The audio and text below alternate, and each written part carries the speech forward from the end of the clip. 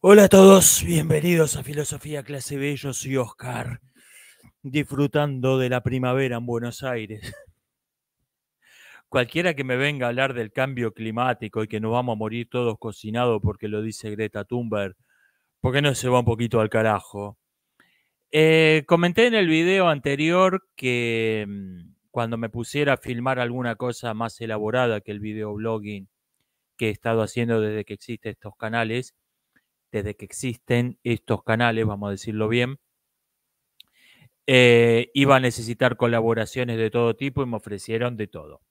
Me ofrecieron hacer animaciones, editar, lo que quiera. Gracias. Los voy a tener en cuenta.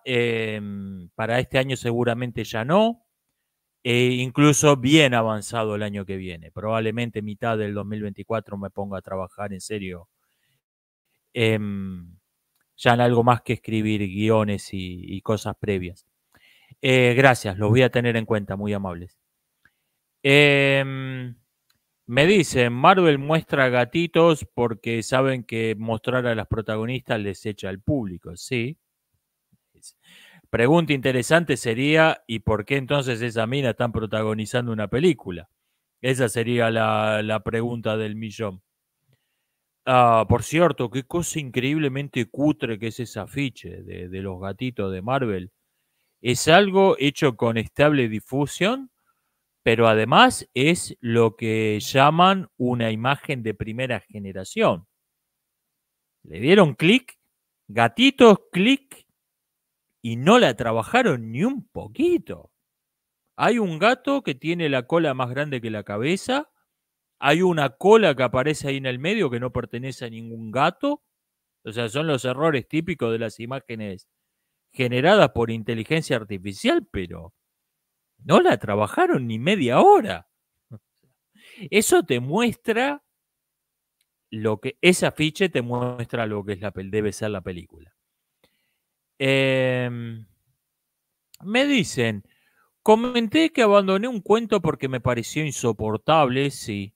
O sea, no insoportable por malo, me pareció me metía en un lugar donde con la cabeza donde no tenía ganas de ir. ¿Me ha pasado eso con un video? Sí, me ha pasado con un par.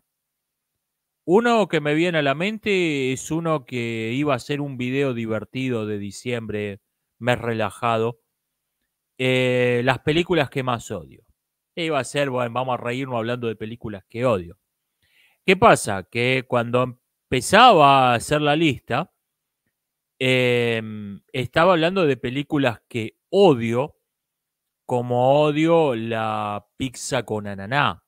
Era una cosa divertida, chistosa. El asunto es que cuando empecé bueno, ¿y qué va a los primeros puestos del top? Ya estaba hablando de gente realmente odiosa, hablando de películas de propaganda, maltrato animal, promoción del abuso infantil, ya estaba hablando de cosas pesaditas y estaba hablando de gente que odio realmente, y definitivamente no era divertido.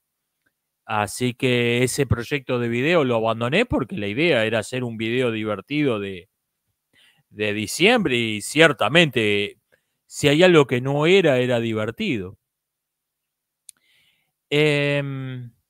Me dicen, porque le hice una reseña negativa a 5 noches en Freddy's, se nota que no entendés el lore de los videojuegos. No, y por eso no dijo una palabra acerca de los videojuegos.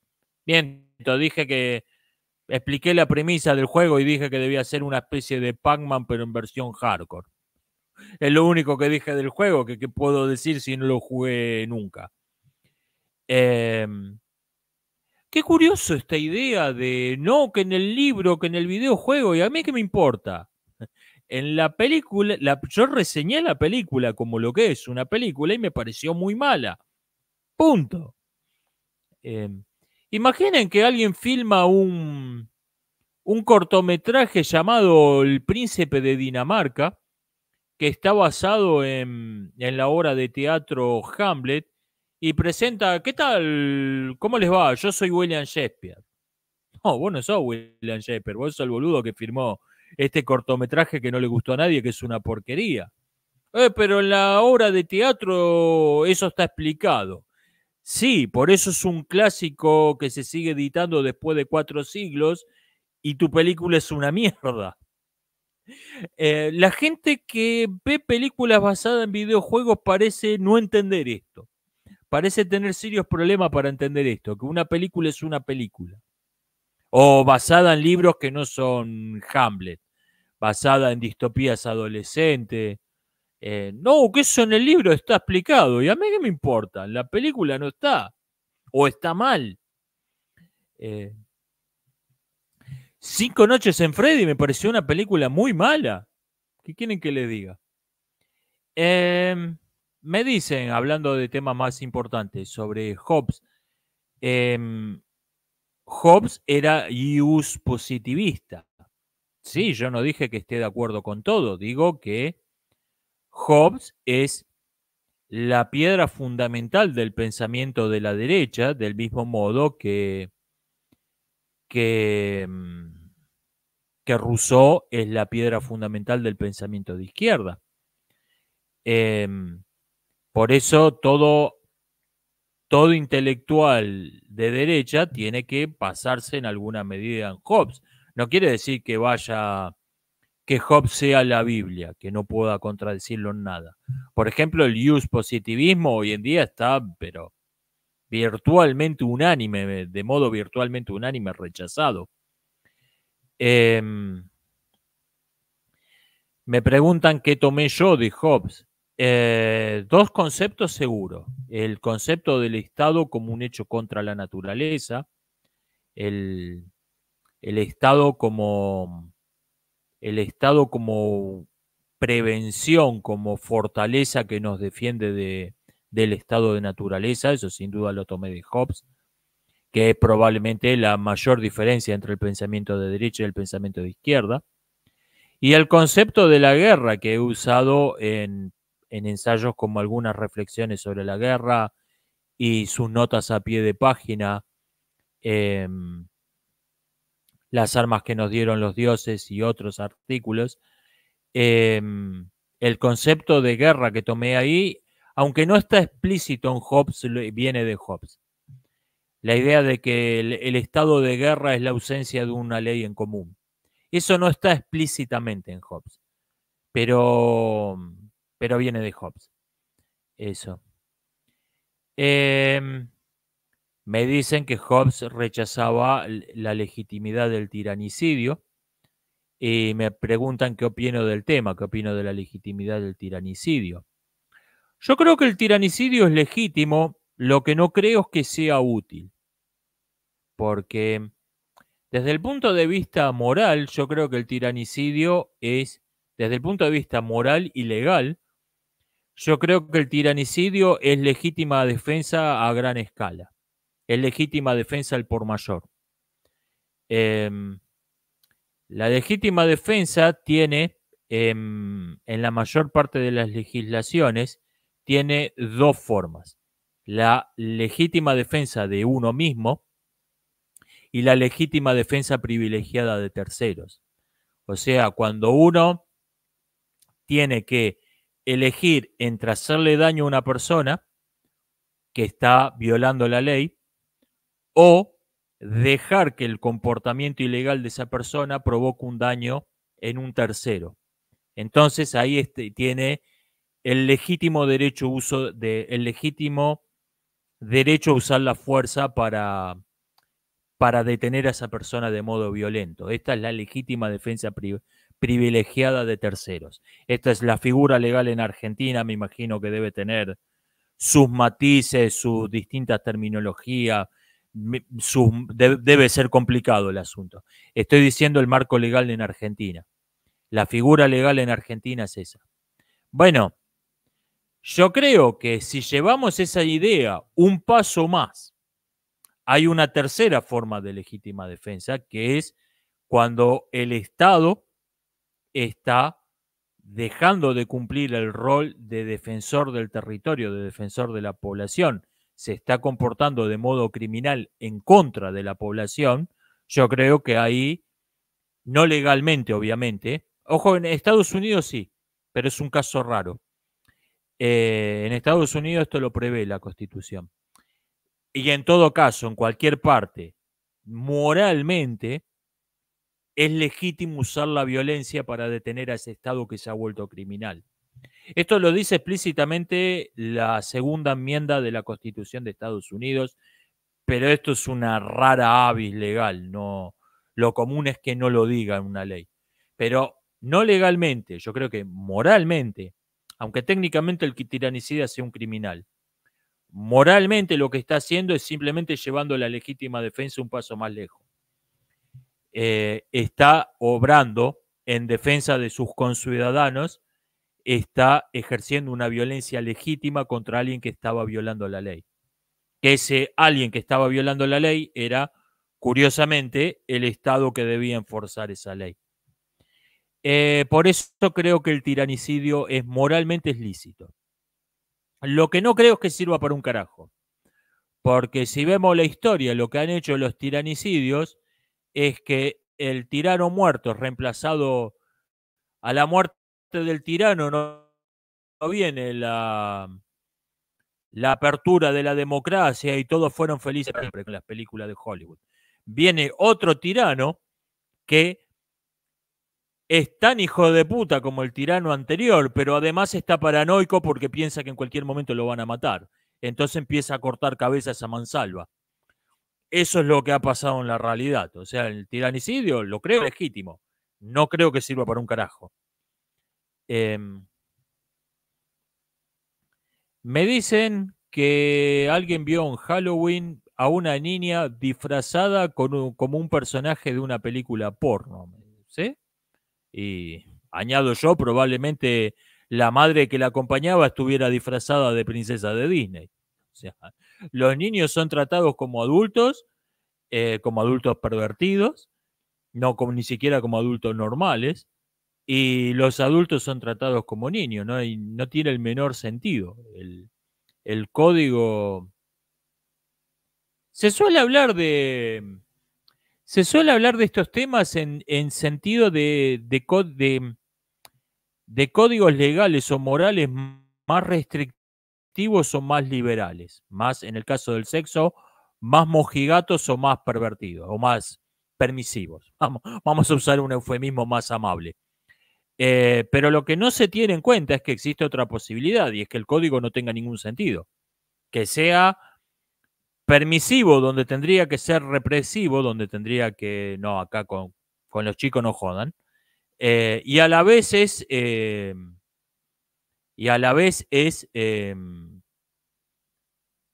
es represivo donde, bueno, ¿para qué te metes? Estos son adultos, deja que hagan lo que quieran.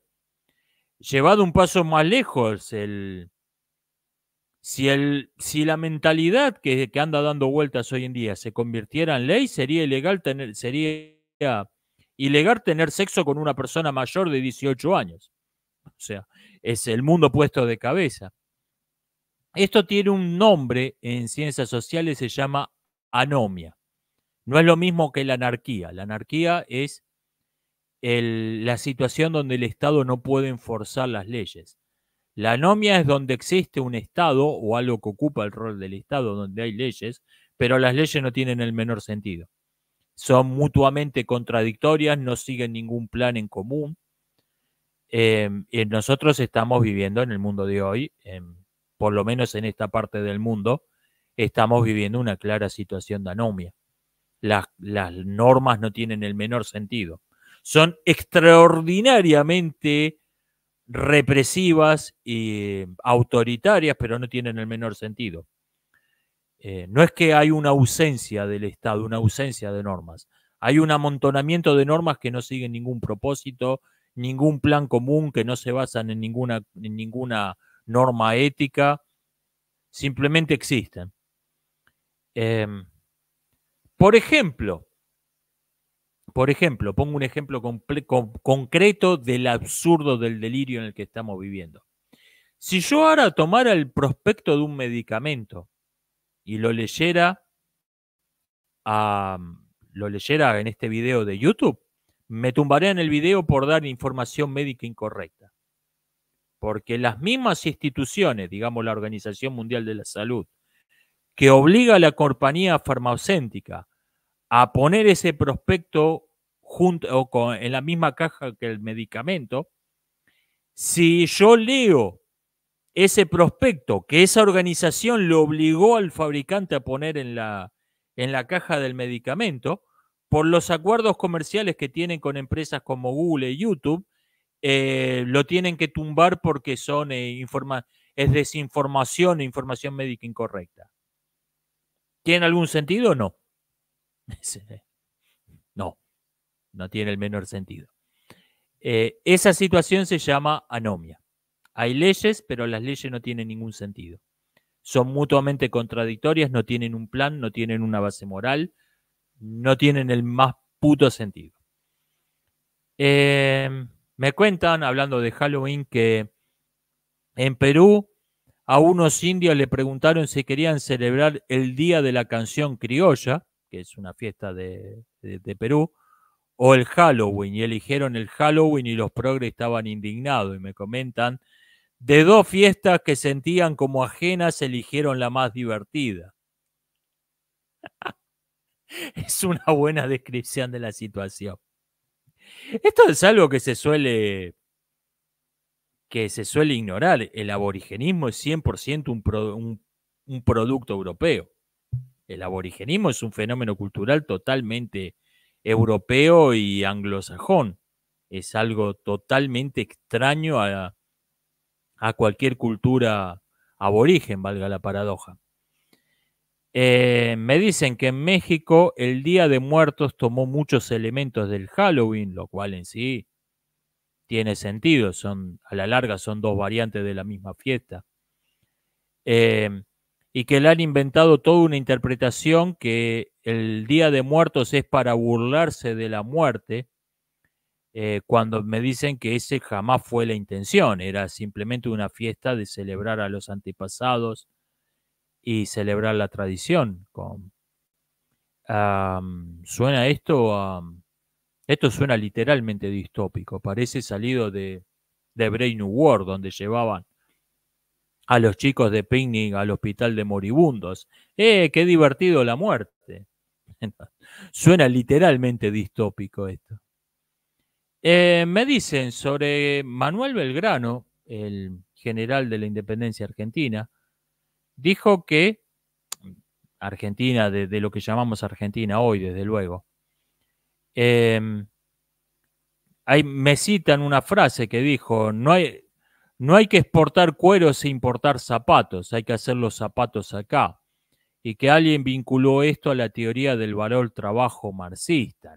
Nada que ver. Esto es simplemente un rechazo de las políticas coloniales de las políticas coloniales de su tiempo. No. Esto, ojo, que esto es lo que viene. Esto es lo que viene. La nueva corrección política va a ser de derechas. Están pegando este giro, como el que pegaron ya hace 20, 25 años, donde el discurso contracultural de los 60, 70, 80, principios de los 90 como mucho, de los 60 a los 80, digamos. A partir del 90 se convirtió en el discurso mainstream, en el discurso oficial, en el buen pensamiento obligatorio. Yo creo que en nuestros días se está produciendo el mismo giro, pero al revés. Estamos entrando en un buen pensamiento de derecha que va a ver todo lo que vaya en contra de un poder centralizado global va a ser visto como progre, woke, marxista, aunque totalmente traído de los pelos como asociar esta afirmación, que simplemente es una defensa de la industria nacional frente al colonialismo con alguna teoría marxista antes de que naciera Marx. Esto es lo que viene, hay que estar atentos con esto.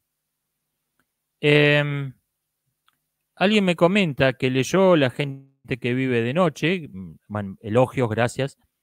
Me dice que le parece que la protagonista es alguien que se autoaplicó la ventana de Overton, que empezó a correr su discurso paso por paso hasta que terminó haciendo cosas terribles. ¿Puede ser?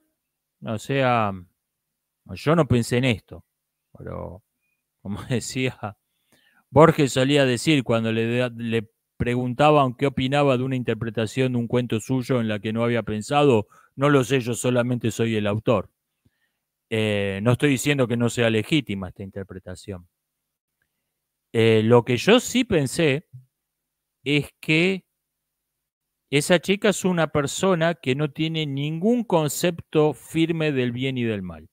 Y esto está desde el vamos. Siempre automáticamente adopta un punto de vista neutral, un punto de vista intermedio, un punto de vista imparcial en todo. Nunca dice esto está bien, esto está mal. Y eso está desde el vamos. Lo que pasa es que al principio suena simpático. Al principio suena simpático, te cae bien. Pero en realidad yo no creo que haya habido un cambio de... Para empezar, a ver, no puedo hacer spoilers, pero lo que los lectores se enteran al final, la protagonista ya lo sabía desde el vamos. Así que no sé si hay tanto un cambio de pensamiento. Creo que lo que hay es una revelación de que cosas que suenan muy simpáticas cuando las escuchás por primera vez, porque estamos acostumbrados a que nos digan en el mundo real, digo, estamos acostumbrados a que nos digan que esas ideas son muy simpáticas. En este caso, el pacifismo. Cuando la pensás un poco, che, esto no está tan bueno, como pensándolo un poco mejor, esto no está tan bueno. Eso sin duda lo estaba pensando cuando escribí ese cuento. Me dicen respecto de la distinción entre el miedo, el susto y la angustia, ¿en dónde quedaría la ansiedad ahí? Yo creo que la ansiedad es una angustia, pero con esperanzas. O sea, el miedo es una alarma. El susto es la alarma que se activa cuando ya aquello de lo que quería avisarnos ya pasó. Apareció tan súbito el peligro que la advertencia llega después que el motivo del peligro. Y la angustia es el temor a lo inevitable. Bueno, primero y principal la muerte, desde luego. Pero la angustia es el miedo a lo que no podemos hacer nada para evitarlo, aunque lo sepamos décadas antes. Oh, me voy a morir, tengo miedo, ¿qué hago? Nada, jodete. Eso es la angustia. Y yo creo que la ansiedad es análogo a la angustia en tanto que no nos toma desprevenido. Es un miedo a un peligro de largo plazo, pero la ansiedad, quise decir, creo que dije la angustia. La ansiedad es un peligro de largo plazo del que no podemos hacer nada para evitarlo, pero ese peligro no es certero, no es 100% seguro.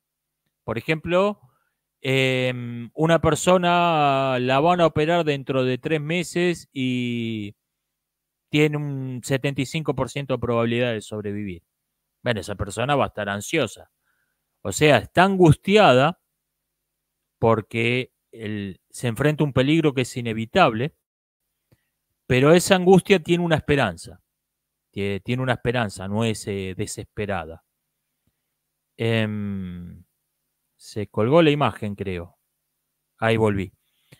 Eso creo que es la ansiedad.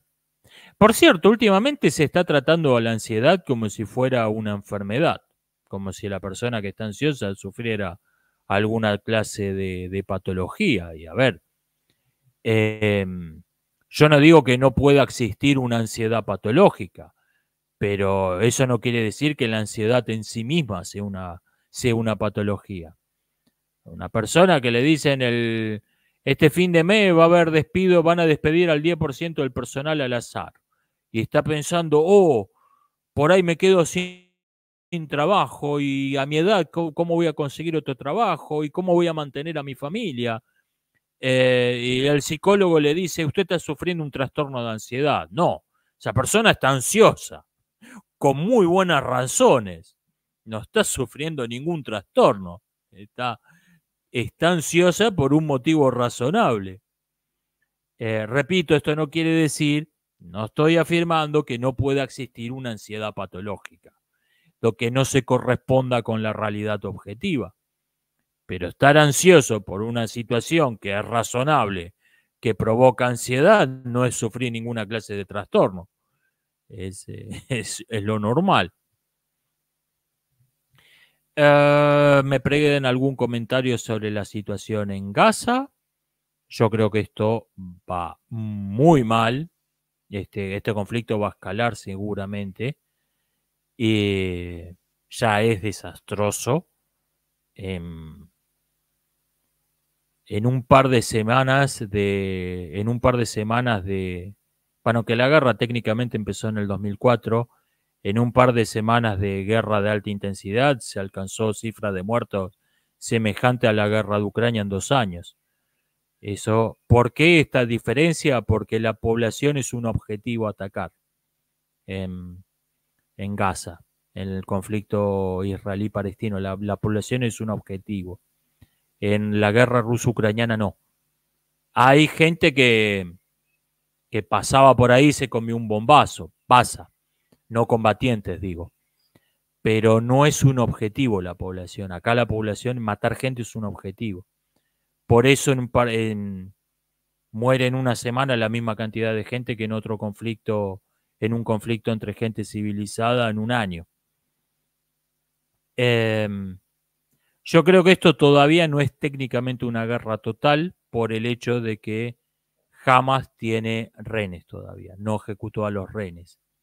Y aunque el gobierno israelí diga no vamos a negociar con terroristas, nazis, mala gente, pobres víctimas nosotros, si Hamas no ejecutó a los rehenes porque están negociando. Más allá de la pantomima que hagan para el público, si no ejecutaron a los rehenes porque están negociando, las relaciones diplomáticas nunca se cortan realmente.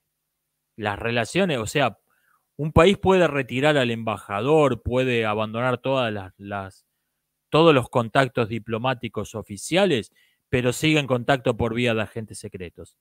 Hay agentes secretos que son embajadores de facto. Las relaciones diplomáticas nunca se interrumpen de verdad. Si Hamas no ejecutó a los rehenes porque están negociando. Yo creo que el punto de no retorno va a ser la ejecución de los rehenes. Ahí se entró en la guerra total. ¿Qué es una guerra total? Es una guerra que termina cuando uno de los dos bandos ha sido completamente desarmado y no tiene ninguna capacidad de oponer resistencia. También llamada guerra salvaje. Un nombre muy apropiado, me parece. O sea, el punto de no retorno donde ejecuten a los rehenes entraremos en un conflicto donde al final del cual o no existe Palestina o no existe Israel. Todavía creo que no se llegó a ese punto. Es claramente un conflicto donde ninguno de los dos bandos se rige por principio moral alguno.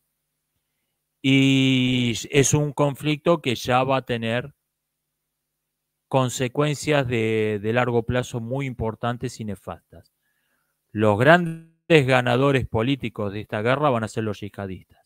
Al margen de cómo termine los grandes ganadores a nivel global, a nivel mundial, los grandes ganadores van a ser los yihadistas, independientemente de cómo termine, de qué país avance 10 kilómetros para un lado o para el otro. Los grandes ganadores van a ser los yihadistas, porque han demostrado de modo inconfundible que tienen razón, que no se puede vivir en paz con Israel, con Estados Unidos. Tenían razón. En los últimos 22 años, desde 2001, a ver cómo digo esto, los atentados del 11 de septiembre de 2001 fueron un desastre de relaciones públicas para el Islam. En el África subsahariana, millones de personas se han convertido al cristianismo y otras religiones, mayormente al cristianismo, en las últimas décadas. En el mundo árabe no, pero hubo cambios sustanciales en las políticas religiosas. Em, la mayor parte, para empezar, los gobiernos, salvo con la gran excepción de Irán, todos los gobiernos musulmanes cortaron vínculos con organizaciones yihadistas. ¿Qué es el yihadismo? El yihadismo es una ideología que dice que es lícito o incluso obligatorio hacer conversos por la fuerza, al Islam obviamente, hacer conversos por la fuerza mediante operaciones militares. Eso es el yihadismo. En los últimos 22 años, incluso desde desde el otro día, la mayor parte de los estados islámicos empezaron a romper vínculos, empezaron a distanciarse de organizaciones yihadistas con las que antes por ahí se sacaban una foto abrazados, aunque no eran oficialmente yihadistas, salvo los talibanes en Afganistán, pero es una rara excepción. La mayoría no eran oficialmente yihadistas, pero se llevaban bien. Les caían simpáticos, se sacaban fotos en público, los invitaban a actos públicos, a tipos como Bin Laden. En el caso de Arabia Saudita, literalmente desde el otro día, desde el día siguiente, se cortan todo vínculo oficial Arabia Saudita con Al Qaeda al otro día, el 12 de septiembre, corta todo vínculo oficial. La mayor parte de los estados islámicos siguen la misma política. Por el repudio, porque el asco que le provocó ese atentado a la mayor parte de las personas, la política empieza a favorecer a los movimientos más tolerantes, más moderados. Entonces hubo todo un cambio gradual en los últimos 22 años, donde los yihadistas empezaron a estar mal vistos por los musulmanes, digo. Empezaron a estar mal vistos, empezaron a estar aislados diplomáticamente, aunque obviamente por debajo de la mesa le seguían dando fusiles, le seguían dando dinero, pero la familia Bin Laden está totalmente vinculada a los negocios de la familia real de Arabia Saudita, y la familia, lo importante es la familia, no lo van a dejar tirado. Por debajo de la mesa le seguían dando sus buenos dólares para que financiar el hobby de Osama, y esto los norteamericanos lo sabían. Al mismo tiempo que tenían relaciones diplomáticas con Arabia, sabían que Arabia Saudita estaba haciendo, que la familia Bin Laden estaba financiando Al Qaeda y que la familia real de Arabia estaba haciendo la vista gorda, lo sabían perfectamente. Sin embargo, hubo toda una tendencia a la moderación, una tendencia a legislaciones más tolerantes, primero, a romper vínculos oficiales con todas las organizaciones yihadistas y a favorecer políticas internacionales, la llamada doctrina de la solución de los dos estados, en el caso de Israel y Palestina, y en general, en cuestiones de políticas religiosas, a ser más moderados, más tolerantes. Esto fue la tendencia general en el mundo islámico. La gran excepción fue Irán, pero la tendencia general fue esta. ¿Qué pasa? Está el efecto, te lo dije, yo te avisé, ustedes querían vivir en paz con estos tipos, nosotros les dijimos que no se podía. Israel, Estados Unidos no quieren la paz, no quieren la tolerancia, no están combatiendo el terrorismo, quieren el exterminio total de la población árabe, hombres, mujeres y niños.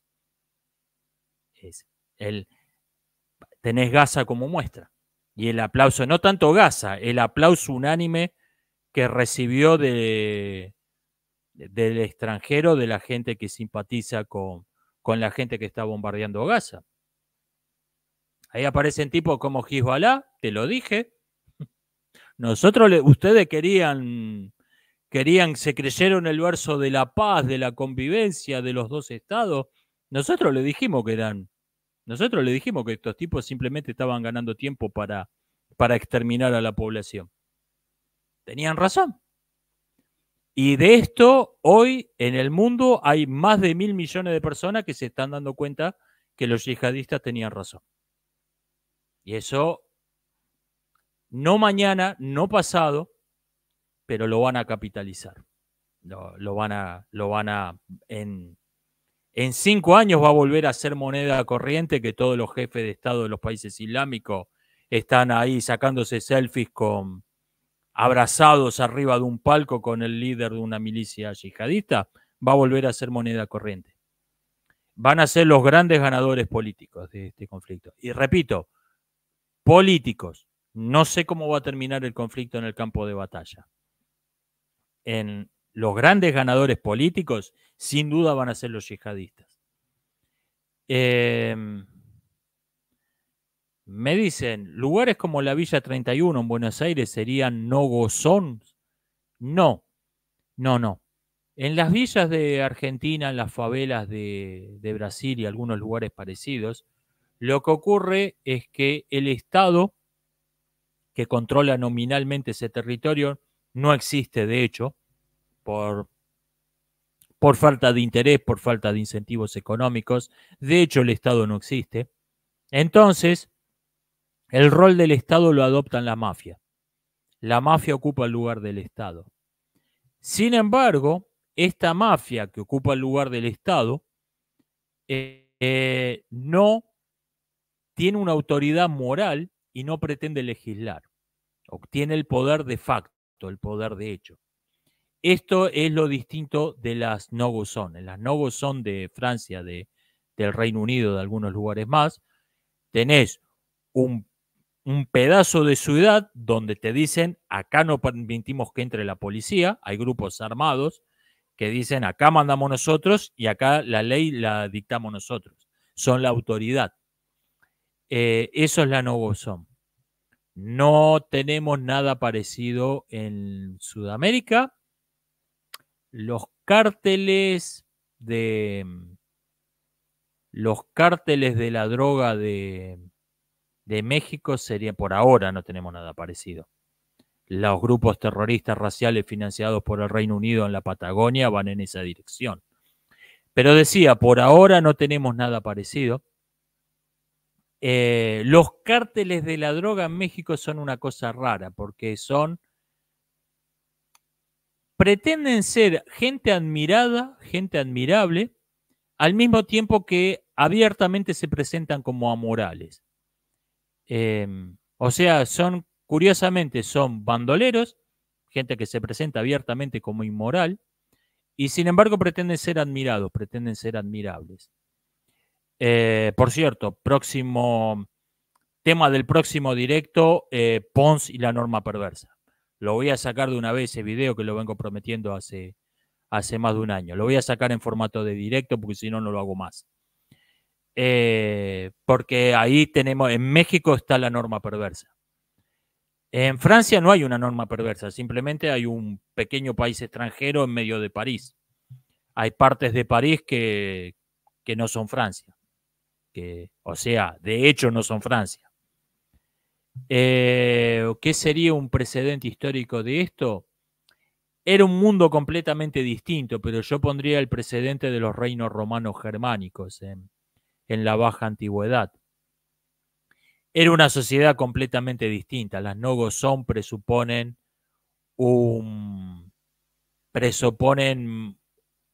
ciudades brutales de millones de habitantes que no existieron en la antigüedad. Roma quizás, pero no fue un fenómeno común. Pero políticamente los reinos romanos germánicos fueron algo parecido. Acá por ahora, y por suerte, no tenemos nada que se parezca. Acá me refiero a Sudamérica. Me dicen que el vínculo entre el protestantismo y la ideología woke era que lo que los vinculaba sería el relativismo. Yo no sé si la ideología woke es relativista. Yo creo que usa un relativismo selectivo, un relativismo cuando nos conviene. Pero yo no estoy muy seguro yo creo que es un pseudo relativismo. No, pero bueno, valga. De todos modos, repito, yo creo que si le llamamos woke a la teoría racial crítica, esta deriva de la teoría racial, obviamente. Es simplemente una interpretación marxista de la teoría racial, y la teoría racial deriva claramente del dogma protestante de la predestinación. Yo creo que ese vínculo existe. Creo que es otro vínculo, no el que aparentemente estaban señalando. Me preguntan, ¿puedo hablar del tema del homosexualismo y la perversión en la antigua Grecia? Lo he hablado alguna vez, este tema, pero, a ver, muy resumido se lo digo, porque no me acuerdo dónde ni cuándo hablé del tema. Hay en este asunto un serio problema de comprensión. No se entiende lo que pensaban los griegos sobre este tema, porque por ignorancia o por una voluntad de no comprender, se usa una terminología anacrónica, se le intenta imponer nuestra forma de pensar sobre el tema a una cultura completamente distinta que pensaba en el asunto en otros términos. Los griegos no tenían tanto un énfasis no les preocupaban tanto la cuestión de quién se acostaba con quién, sino de qué tipo de relación existía entre dos amantes.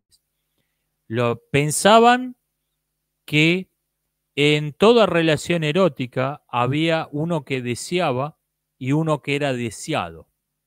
Y razonaban que el que era deseado tenía un poder sobre el que lo deseaba. Había una relación de poder de parte del que era deseado sobre el que lo deseaba. Entonces, consideraban que era bueno que hubiera una relación de poder inversa que compensara de algún modo esa relación de poder. O sea, que el deseante fuera fuera un hombre y la deseada una mujer, o en una relación del mismo sexo, que el deseante fuera un adulto y el deseado un joven, o etcétera. Entonces, se buscaba una relación de poder que compensara la relación de poder intrínseca propia del erotismo. Este era el marco moral del pensamiento antiguo sobre el tema.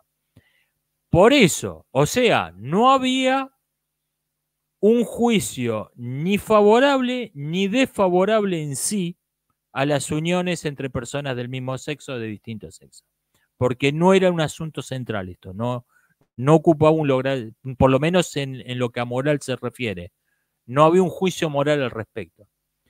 Por eso nos encontramos con que relaciones homoeróticas, por ejemplo la de los tiranicidas, no me acuerdo cómo se llamaban, que fueron dos amantes que mataron a un tirano, eran puestas en un pedestal, literalmente, le hicieron un monumento a esos tipos, y otras eran severamente desaprobadas, como la relación de Safo con una de sus discípulas, que tuvo varias relaciones con sus discípulas, pero hubo una que fue muy desaprobada, o la relación entre Sócrates y Alcibíades.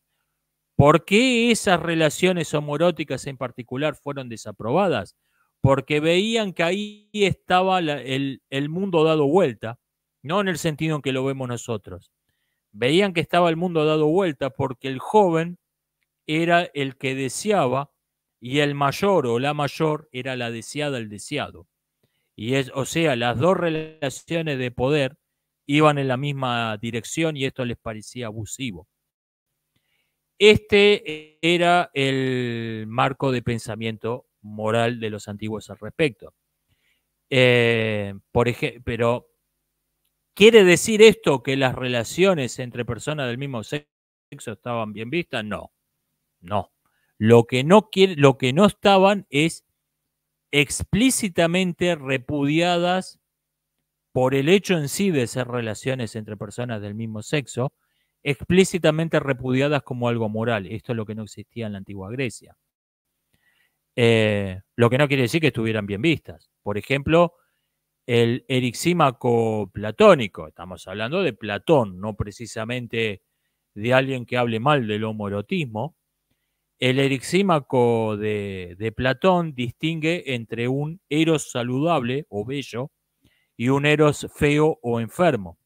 El eros enfermo se caracteriza por ser una atracción de lo semejante hacia lo semejante, de la unión con lo mismo, unión que es estéril. Y el eros bello, en cambio, era la atracción de lo semejante por lo que es diferente a sí mismo, para engendrar, junto con eso que es distinto, con eso que es diferente, para engendrar algo bello. Y podemos suponer que este era el punto de vista de los médicos de la época. Por eso Platón lo pone en boca de Erixímaco, que era un médico.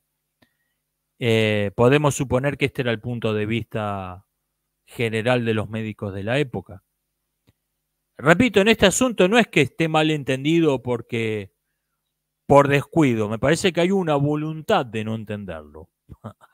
Hay una voluntad de no entender, de querer tomar cualquier fragmento que nos parezca que nos sirve para nuestra causa ideológica, sea cual sea esa causa ideológica, y vamos a pretender que la antigua Grecia era lo que nosotros decimos que era la antigua Grecia. Me preguntan, por último, en alguna parte comenté que según el psicoanálisis había una relación entre misoginia y antisemitismo. ¿Me puedo extender en este tema? Supongo que me refería a la teoría freudiana del complejo de castración. Freud señalaba que a los niños alemanes de la época, austríacos alemanes, solían los padres amenazarlos con que si no dejaban de masturbarse los iban a castrar. Esto era verdad, esta costumbre existía. Y Freud decía que eso generaba un miedo a la castración. El niño posteriormente, al ver a una niña desnuda o enterarse de algún modo de las diferencias entre los genitales masculinos o femeninos, pensaba que las mujeres eran hombres que habían sido castrados y las despreciaba por eso. Y que más adelante, al oír hablar sobre el ritual de la circuncisión, asociaba a los judíos con las mujeres a las que despreciaba por ser supuestamente hombres castrados. Esto es lo que decía Freud al respecto. A mí me parece lo más traído de los pelos de Freud. Pero bueno, usted me preguntó qué decía Freud sobre el tema, qué dice el psicoanálisis, o qué decía en algún momento el psicoanálisis, no qué opino yo del tema. A mí me parece lo más traído de los pelos de todo Freud eso. En particular, no me agrada que explique un fenómeno político, un fenómeno social, a partir de un fenómeno psicológico. No me gusta ese tipo de explicaciones.